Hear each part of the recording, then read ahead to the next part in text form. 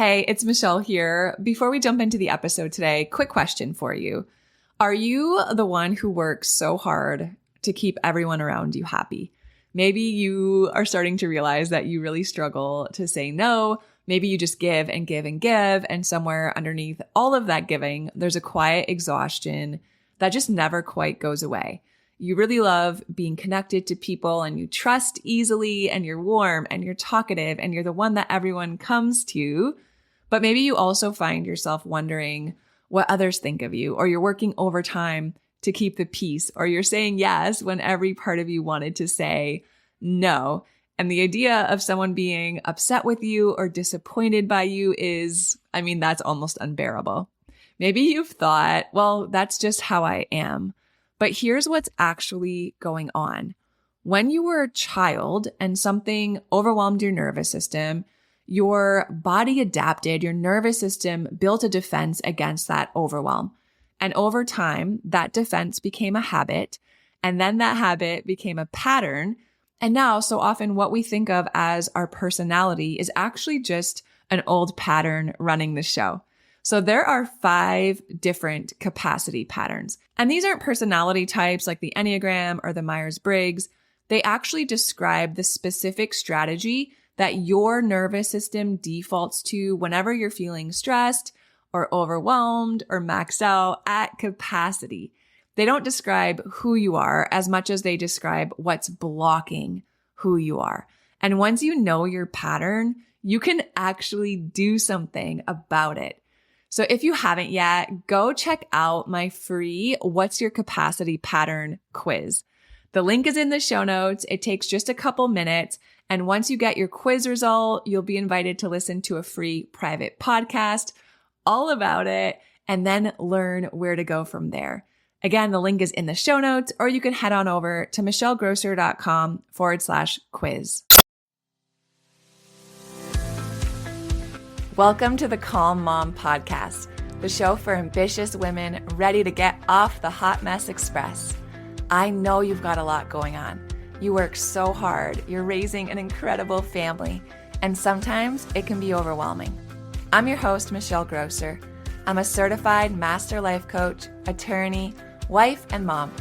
And years ago, I was right where you are. I was running a busy law practice while raising a family, and I was on the fast track to burnout. I thought I just needed to be more organized or have better routines, but it was learning how to heal and regulate my nervous system that expanded my capacity to gracefully hold more of this big, beautiful life. You too are worthy of an extraordinary life in and beyond motherhood. Learning to be a calm, anchoring presence in your home and at work is going to be your superpower. If you're here to do the inner work that brings a sense of calm amidst the chaos, I'm here to join you on that journey.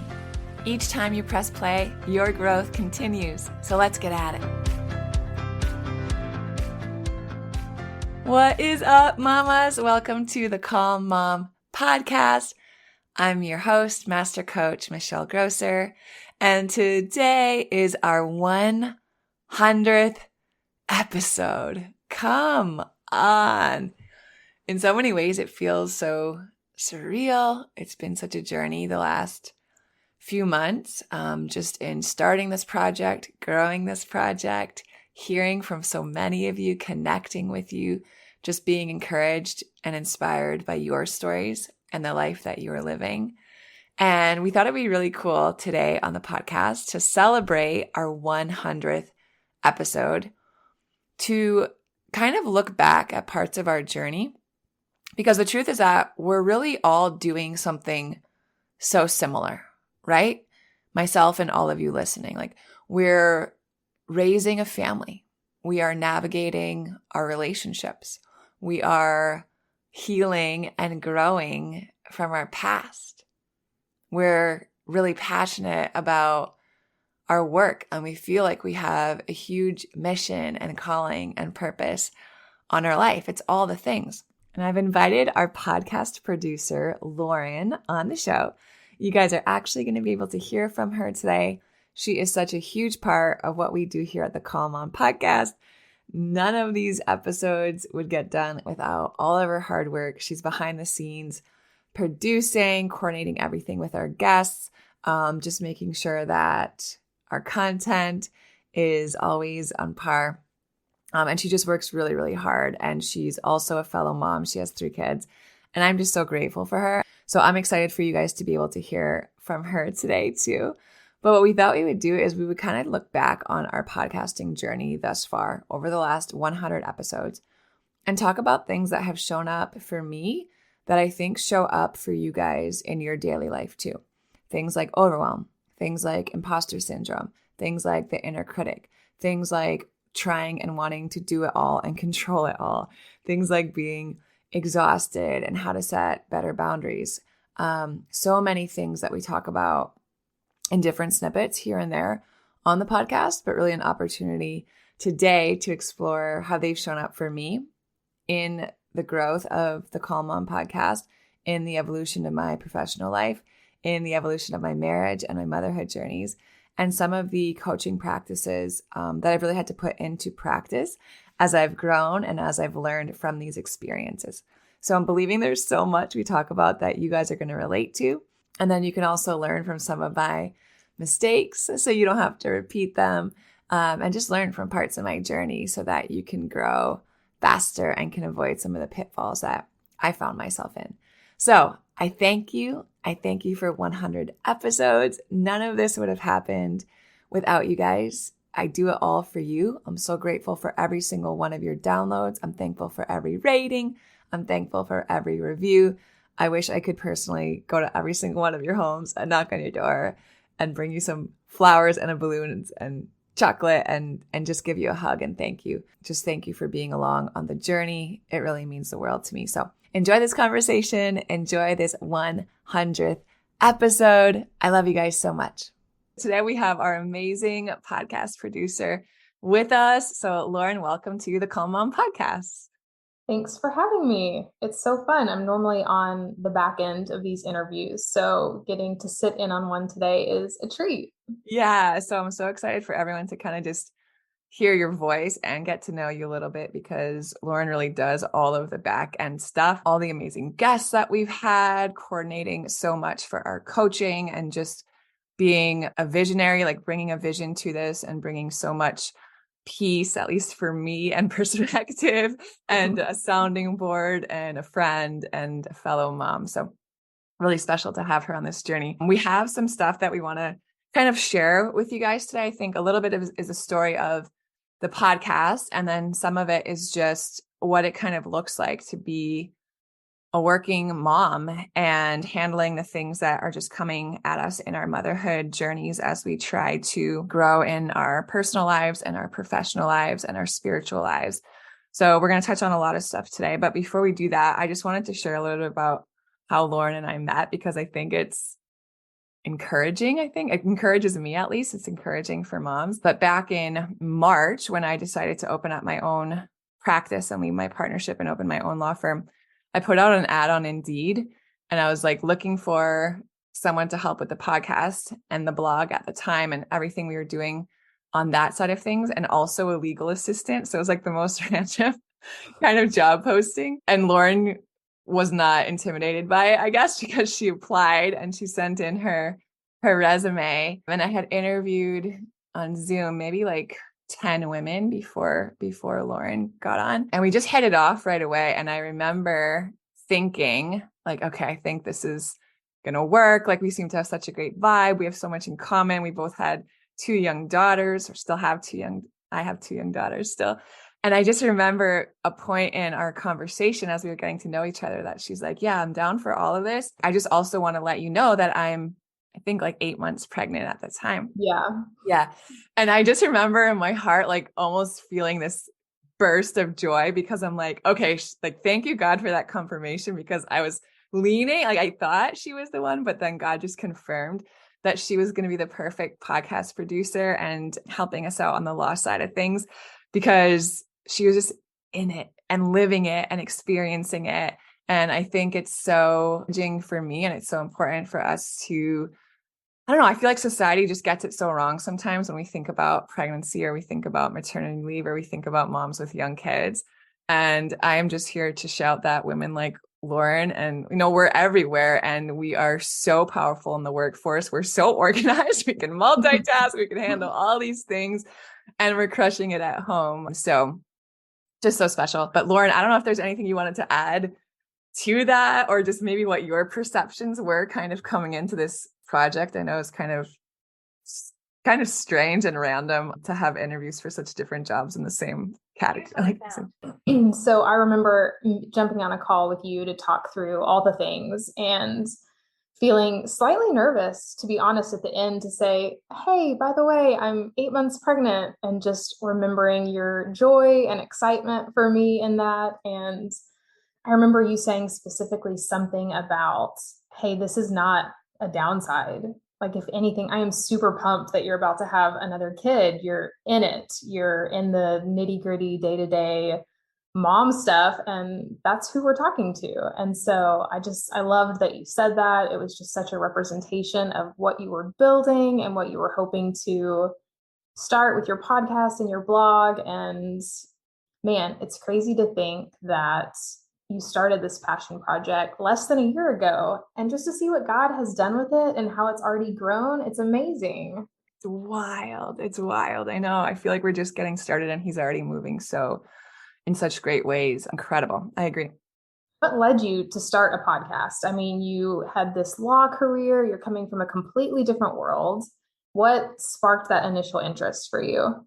Yeah, I was. So it is so funny because coming from a practice of law, and I think just my personality too, and being very much like type A, I love my list. I love being organized. I'm not really someone who, it's like old me, was like really in my feelings. Like I was just go, go, go, do, get stuff done. And to start this project felt very much out of I never considered myself someone who was creative before. And my definition of creativity has expanded in so many ways. But I just had this moment mid-pandemic where God just like woke me up in the middle of the night. And I just had this realization that so many women in my circle and in my church community and just in my life, my friends, we're really feeling overwhelmed. We're really feeling under-resourced. We're really feeling alone. We're really experiencing anxiety, new levels of anxiety. We're experiencing tension in their marriage that was maybe new. And everything just kind of felt like it was on the rocks. Now they're homeschooling and that's being thrown on their plate too. And everything's shut down. And I just remember feeling this tug to like help or create a space to help resource and empower moms, and not really knowing how, and not really knowing if I even had anything to say or if I had skills that could be useful to anyone else. And then I've always loved listening to podcasts. I'm like, what if I started a podcast and then I could get people who do know what they're talking about to come on the show and share their expertise. And that's kind of how it started. And then I spent last year, the better part of the year, getting my certification as a master coach and really learning and embodying so many of these principles that I now coach and teach on. And it's just been this beautiful evolution, this beautiful journey. And I'm so grateful for all of you listening because you're just further, validating that there's a need for women in community. There's a need for women who speak life to each other. There's a need for us to not feel like we're in all of this alone, and also to have practical handles and tools to try to get us through this motherhood journey with grace and with joy, and not just like struggling through every day. So that's kind of what led us to start it. And it's just been a journey since. Wow. I think it's super impressive that you just took that leap of faith in trusting your gut and yourself. I love that. So I'm curious to hear from you. What do you think it means to be a calm mom? And is that even possible? It's such a good question. And I feel like we're answering it here on the podcast for everyone. But I feel like even Lauren and I went back and forth with it. And we're like, what does it mean to be a calm mom? Like, first I was like, is this just so corny that it rhymes and I should just like drop this all together? Lauren's like, no, I like it. So what does it mean to be a calm mom? I think I'll tell you what it doesn't mean. It doesn't mean that we sit around all day and like cross-legged on the floor doing meditations. It doesn't mean that we just go about our day in this like Zen-like state. It doesn't mean that we respond to our kids or our husbands or whatever in this like beautiful, blissful calm all the time. But what it does mean is that we have resources and we have tools and we pay attention to our body so that in the moments where we are feeling not so calm, that we're not stuck there and we're empowered and we have things that we can do to help bring us back to that calm state. And I think with calm, this is something that I was like bouncing back and forth with Lauren about too, is like when I think of calm, sometimes I just think of like calm, still waters or like a quiet house. But I also want to be a mom that can be like really silly with my kids or really adventurous or do all of these things. And that doesn't necessarily mean I'm not calm, but it does mean that within all of that, I can be that calm, anchoring presence, which is, I think, how we all want to show up in our homes and for our families and in our workplaces and everything.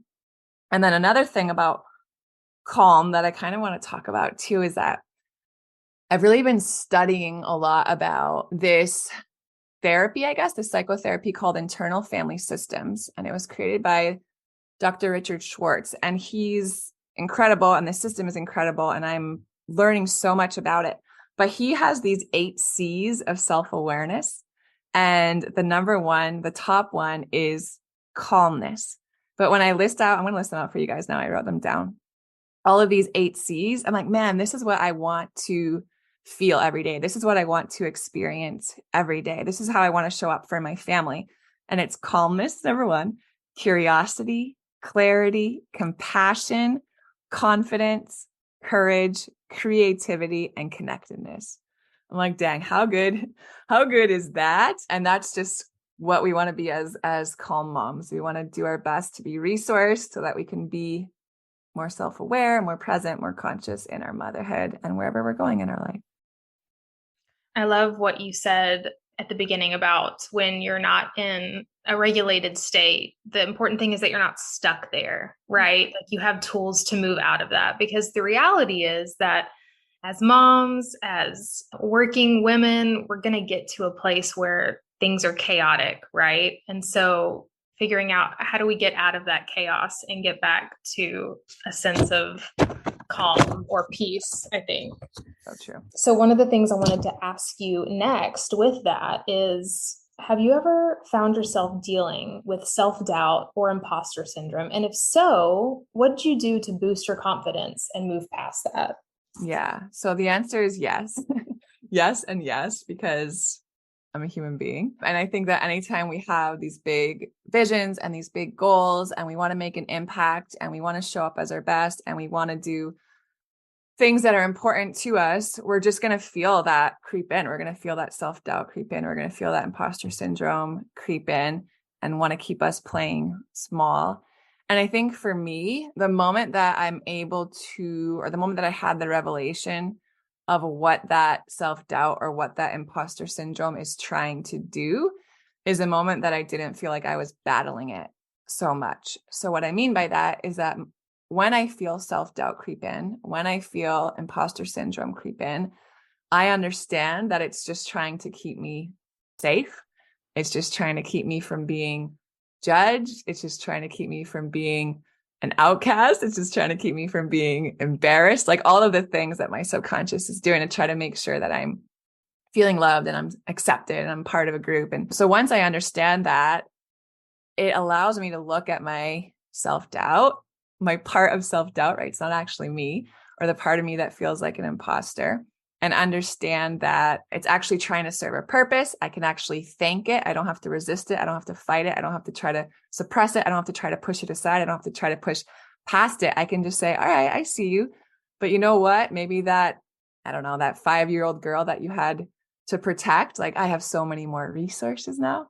I know that I have a husband, I have friends, I have family who love me unconditionally. If this project completely flops or whatever it is they're trying to, speak into me, I know that it's okay. I know that I will be okay. I know that I'm resourced and I have a whole plethora of tools in my toolbox that maybe I didn't have when I really needed some of those parts of me to speak up. So just remind myself of that. And then I think also just keeping my focus on the larger vision I think sometimes when we do get sideswept by imposter syndrome or self-doubt, or we let it keep us playing small, it's because we're making it more about us than it is, I think. So I think as much as we can remember, like, hey, there's someone out there that's going to hear this and be like, I really needed to hear this today. Or there's someone that's going to be encouraged, or there's someone that's going to be given a new perspective, or there's someone that's going to walk away with a little more peace today, then it makes it a lot easier to just put my insecurities aside and show up because I'm reminding myself of that bigger vision. I love that. I know that as ambitious women and mothers, and especially even thinking about how you've kind of built this thing over the past year, and you know, there's a million things on your list that you're trying to attack. How do you avoid the trap of trying to do it all, right? Like that temptation of I have to do it all. And what have you done that's helped you set expectations that are realistic for yourself? Yeah, I think when you phrase it as a trap, it's so true, because I think we can all fall into that trap of trying to do it all. I think for myself, like, I have more on my plate now than I've ever had in my whole life. It's so much. Like when I take time to actually acknowledge it and like extend myself the grace and the compassion that I need to be able to hold all of that, it's incredible. I'm still practicing law. I'm doing this podcast. We're doing coaching. Jeff and I are pastoring a church that is just like growing itself exponentially. And there's midweek ministries and all of these beautiful opportunities within all of that. And then obviously having the girls, it's a lot of stuff. And I think for me, the first thing that helps is I really had to redefine, and I really had to get specific about what it means to me to be a good mom. And once I was able to define that, so much of the stuff that I think I was clinging to previously, I was able to just release and understand that if I didn't do all of those things, it had absolutely no weight and no bearing on whether I was a good mom or not. For example, Amory's birthday was yesterday, and she's having a birthday party on Saturday. And there's a bunch of her friends from her class that are going to come. She made them invitations, and we're going to have a pool party. But there is going to be nothing Pinterest worthy about it other than the joy that she will experience. There is no like balloon arch. There's no fancy cake. There's no like petting zoo. There's no bouncy house. There's just none of that stuff. And I'm not saying any of that stuff is bad. Like if you have the bandwidth for that and it brings you a ton of joy, by all means, go for it. What I am saying is that when we don't have the bandwidth to do all the things, we have to cut somewhere, right? So if you're someone who's hanging on to those Pinterest birthday parties and it just makes you absolutely miserable, like you're missing the point. So Jeff and I have been praying. Amory is going to feel special. She's going to feel like she's in a community of people who love her. We're going to have an honor circle and speak life into her. She's going to have a blast with her friends. I'm sure she's going to get a ton of gifts, and that's going to be that. And that's just one example, but there's so many opportunities for us every day to be like, what does it actually mean to be a good mom? And then release the stuff that you don't have to hold on to. What does it mean to be a good wife? What does it mean to be a good business owner? And then release all of that other stuff. I know for us in our business, like Lauren and I'll speak for myself. She's along for me, but I have been trying so hard to come up with some like Instagram plan that is like a content calendar that I can show up consistently and we can like put content out there. And guys, like I just struggle with it so much. And every week I've just like fall behind, or I'm like scrambling to put stuff on Instagram.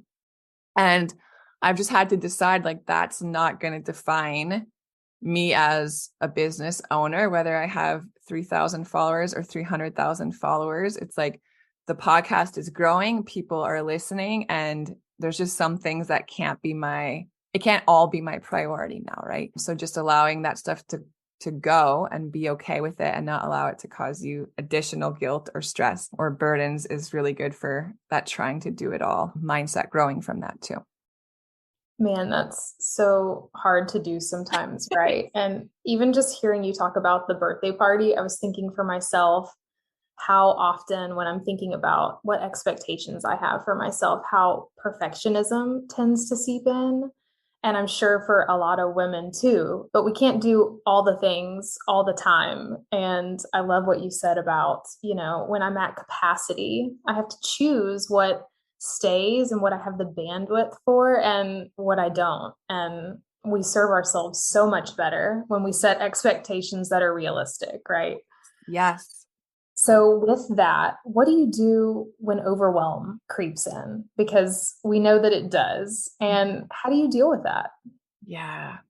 Yeah. So I was someone, even in like high school, I think like college, law school, I just remember so many times being overwhelmed quite often. Like I felt like it was just kind of part of my identity that I was just always overwhelmed. And then I had like the two people, I'm like just thinking about this in real time now. I haven't thought about this before, but it's just interesting to me that I had the two people in my ear the most, which is my husband, Jeff, and my mom, giving me kind of alternate perspectives on my overwhelm. Like my mom would always acknowledge it and be like, yeah, you have so much on your plate. Like, look how much you're doing. No wonder you're feeling overwhelmed. This is like crazy. You have to start to like slow down, take some of this stuff off your plate. Like, I totally get why you just feel like crying right now. You have so much going on. And then I'd have Jeff, who said it all in love and meant so well, but he would be like, you can do this. Just get through it. You can handle all this stuff, which sometimes was really helpful. And then sometimes did not feel as helpful. But I say all that to say, we all feel overwhelmed, especially again, if we're trying to do things we care about and we're trying to do them well. I think being overwhelmed is inevitable. And something that's been really surprising for me is that throughout my time in this coaching certification program with Elementum, something that we learned about is somatic work, which is basically locating where in our body stress is stored and growing an awareness of that, and then learning how to help our bodies release that stored stress. And this is stuff that could have been stored for decades, right? Like we have that feeling in the pit of our stomach. We have that tightness in our chest. We have that cramp in our back or that heaviness in our tension in our shoulders. And we've just ignored it forever. Or we just, we get a massage or whatever, all of these things. And what we're trying to do is we're trying to kill the messenger instead of listen to the message. And I think when I started learning about the somatic work, at first I was like, I don't know, this sounds a little like woo-woo to me, or this sounds a little like too good to be true. I don't know.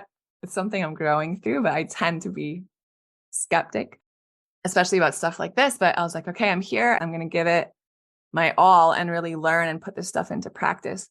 And it's amazing what I noticed most in particular about doing this somatic work is that my capacity expanded. So like things that I know would have completely overwhelmed me and thrown me over the edge a year ago, 2 years ago, 3 years ago, now I can feel like I can hold so much more in my schedule, my mental load, my mental lists without it feel overwhelming. Like I was saying earlier, I'm holding and doing more now than I ever have. And yeah, there's days when I feel overwhelmed, but they're further and fewer in between. And I notice moments where like I feel overstimulated and overtouched and I'm tired and it's the end of the day. And I know that 2 years ago, like maybe my kids whining or maybe a comment from my husband might have caused me a snap, where now it doesn't. And I'll notice in those moments like, wow, this work is actually making a difference. Like my nervous system is starting to heal. I can handle so much more without just being completely overwhelmed or consumed by overwhelm. It's really interesting. Building on that, what do you do when you feel like you've taken on too much? And how do you set boundaries?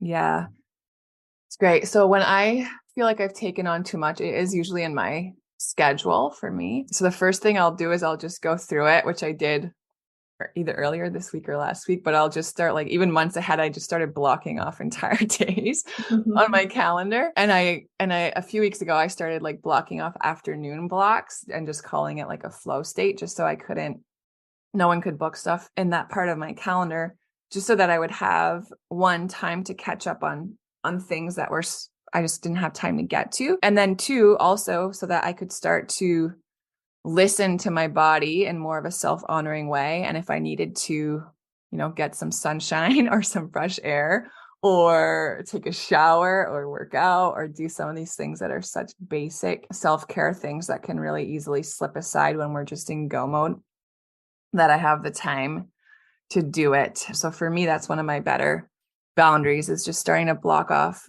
time, block off white space in my calendar, and get really comfortable saying no, especially to things that are in the evenings or like over my lunch break, and times where I could actually be more intentional about caring for myself and my bandwidth, my capacity, my body, my mind, my soul, all of the things. I think I'm still trying to figure this one out, to be honest. And I don't know if we ever get to a place where we're like, oh, yeah, I've figured this out perfectly. And I think it's like a weekly or even a daily reassessment of our priorities and thinking through how we're approaching our day and if it aligns with what's important to us. I think being home with kids and working too, there's such beauty in not this or that, but finding the and. Yes. And it's a daily trying to figure out how you balance that. So one of my last questions for you is, we've been at this together for almost a year, and I'm curious, what do you think we've learned in the first 100 episodes, and what's next? It's a good question. It's such a good question. How have we learned? We've learned so much. I think one of the biggest revelations or affirmations is just that there definitely is a need. There is a need to resource moms. There is a space for us to show up where we're not just complaining about our kids or bashing our husbands or waiting for the next vacation, but we're really celebrating and finding the joy in this season of our lives, in the day to day. I think that's what we're called for. I mean, even so much so that my word of the year this year is joy. And it's just like, I just put the scripture that today is a day the Lord has made. Let us rejoice and be glad in it, because I think I can get so caught up in like the busyness or the pity or the victim or all of the things that so much of culture, I think, is trying to shove at us. There's so many motherhood podcasts, parenting podcasts, and I've listened to them, and so many are really good, and so many are also leaving me feeling worse than I came, So I'm just so grateful that there's like an audience for a space that's not toxically positive. It's not just like, we're not just talking rainbows and butterflies and pretending that everything's perfect. We're acknowledging a lot of the real issues, struggles facing women, but we're doing it from a place, I think, of grace and compassion and understanding that we don't have to do it alone and we're not stuck. Any of it, kind of how you were saying earlier. So we've learned that. I think personally, it's just been a journey of like obedience also. I think that starting it out, like just trusting that I didn't have to have the whole vision. It's just, I felt the tug and I just had to be obedient to that one step.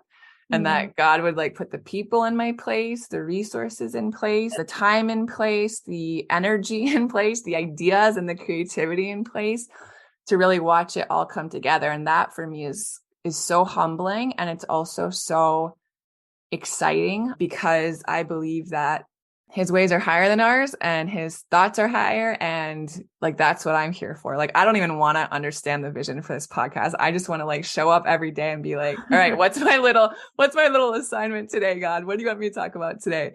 And believing that he'll work it all out. And the thing about this podcast is that, I never went into it with the intention, I don't know, world domination or like rule the airwaves, but it's just a place where it's just been healthy and it's been growing incrementally. And we've just seen the numbers jump and jump and jump as people find value and as they share it. So that's been really, really special. And so many just personal things too, trusting myself, making myself really, really uncomfortable in so many situations. I can't tell you guys the number of interviews that I've done where 5 minutes before I'm just dancing in my office like a crazy person because I have so many nerves and so much energy that I'm trying to release before the interview starts so I can actually speak and not have a quiver in my voice because I'm so nervous. But on the other side of that fear and on the other side of that insecurity and self-doubt and all of those things have been so many connections with beautiful, brilliant women that I never would have had an opportunity, I don't think at least, to connect with otherwise one-on-one for an hour and just learn from them and pick their brain and continue to be inspired and encouraged and have my vision grow and my paradigms shifted. So it's just been such an honor and opportunity for me to facilitate, I guess, all the conversations that we've had. I love that. I think we've spent a lot of time thinking through like what's most important with the podcast, with the vision, with your coaching. And I think one of the main things we've learned is just not getting distracted by anything else that's not in line with that, just kind of narrowing the scope. And I know we've gotten a lot better at working through all of the processes and all of the things that go behind the scenes of the Calm Mom podcast. But I know there's a lot of room for growth, and I'm just excited to see what God does through it and the women and the mothers that we continue to encourage. Yeah. Amen. So special. And like when you talk about all the systems and processes, I'm like, thanks to you, because you have been such a brilliant, like behind the scenes guru with all of this tech stuff and just automation and systems and making it flow. So such a gift of yours that I'm so grateful to be able to benefit from. Well, I have benefited a lot from you this past year, and I know our listeners have as well. So thanks for letting me jump on today and switch the chairs, so to speak. You be on the other side of answering the questions. It's been fun. All right, guys. Well, just thank you. Thank you for joining us for 100 episodes. Thank you for joining us today, whether you've been listening from day one or whether you are a new listener. Every time I look at the charts, I'm like, man, someone listened in like Cambodia today. Someone listened in Sri Lanka today. Someone listened in South Africa today and Australia. And it's just like so wild how God's given us this technology to connect. So we see all of you. We value all of you. We're grateful for all of you. Hopefully one day we can put out, some workshops and some stuff where we can meet more of you in person. But we're just grateful for your every download that you've had, every time you've listened. We're just so grateful that you've showed up in support of this podcast so we can reach more moms like you. So we thank you. If you love Mommy's Podcast, leave a review. If you enjoyed this episode, it would be so awesome if you could take a moment to subscribe and rate the podcast. And if you have just a few more seconds to leave a quick review, they really help to get this podcast out to other moms like you. I read every last review, and trust me, when it's late at night or early in the morning before my kids get up and I'm working on bringing you all of this content, your reviews are what keep me going. Leaving a review is truly the best way you can thank me. And of course, DM me on Instagram. I love to hear from you. Thanks for listening to another episode. Head over to the show notes for this episode and all past episodes at michellegrosser.com, where you'll find free resources and more ways to connect with me. If you love the show, share it with a friend. Thanks again for tuning in. We'll see you next time.